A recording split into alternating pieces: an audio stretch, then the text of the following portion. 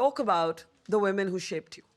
And I know your sister is, oh, there she is. My youngest sister. Your youngest sister, Smita, is right here in the front row, and I'm going to go to her in a while. Talk about, I've met your mom, so that's two of them. I've met your other sister. So I've actually met three of the women who have had big influences on your life. And I must say that in many ways it was very healthy growing up in a house of strong women. My father was a workaholic a bit, so he was very often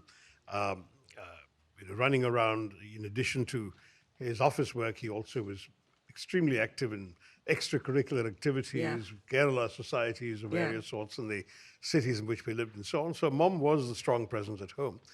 And my own experience, which is not the same as my sister's, my own experience was a very tough taskmaster with impossible expectations that I was nonetheless expected to fulfill. So in some ways, trying to live up to the expectations of women, I think, has been instilled in me from a very young age.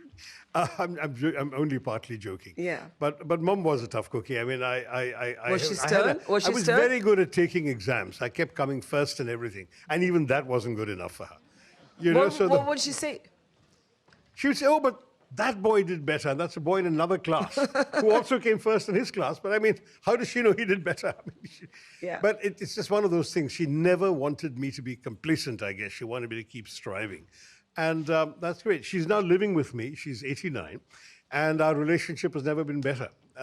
But growing up was a tough experience. What do you mean by tough? Like, explain.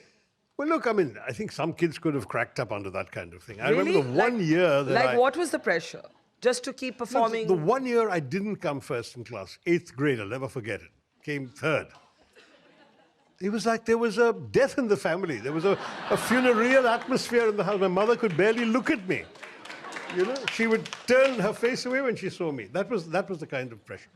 So it was a challenge, but on the other hand, I turned out all right, it seems, by and large.